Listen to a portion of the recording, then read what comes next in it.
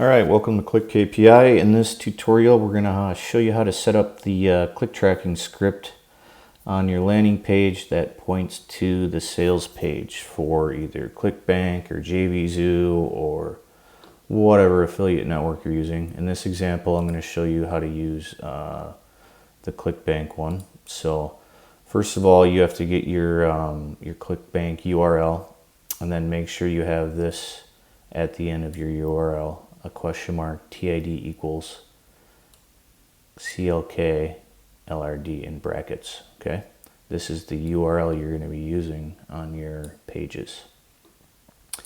Now, first you'll need to set up a new campaign. So we're going to do test. So it's a banger of a campaign, if I could spell, hopefully. URL is do www.test. Doesn't really matter, that's more for your information. So we'll create the campaign here. After your campaign is created, it's going to show you your campaign. So here's our name, description, URL, your campaign ID. This is mainly for internal use, you don't really have to worry about it. So what you want to do is you want to copy this script. So we'll give that a copy.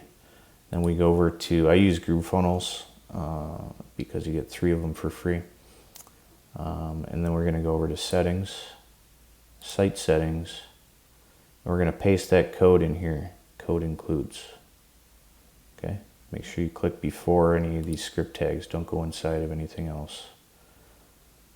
And you can paste that in there, hit check mark, and then publish the site. Now besides that, you're going to take that landing page URL, which is this, and you're going to go on any of the buttons on your page, click them, configure, change it, link to URL, and paste that right here, that URL. This URL is going to get pasted right in here. Then you're going to update that button, or you're going to do it to images or anywhere, any link out to that sales page you want to update with the exact same URL I showed you here. And that is all you need to do for setting up your landing pages to start tracking clicks. Pretty simple. All right, thanks for watching, and we'll see you in the next video.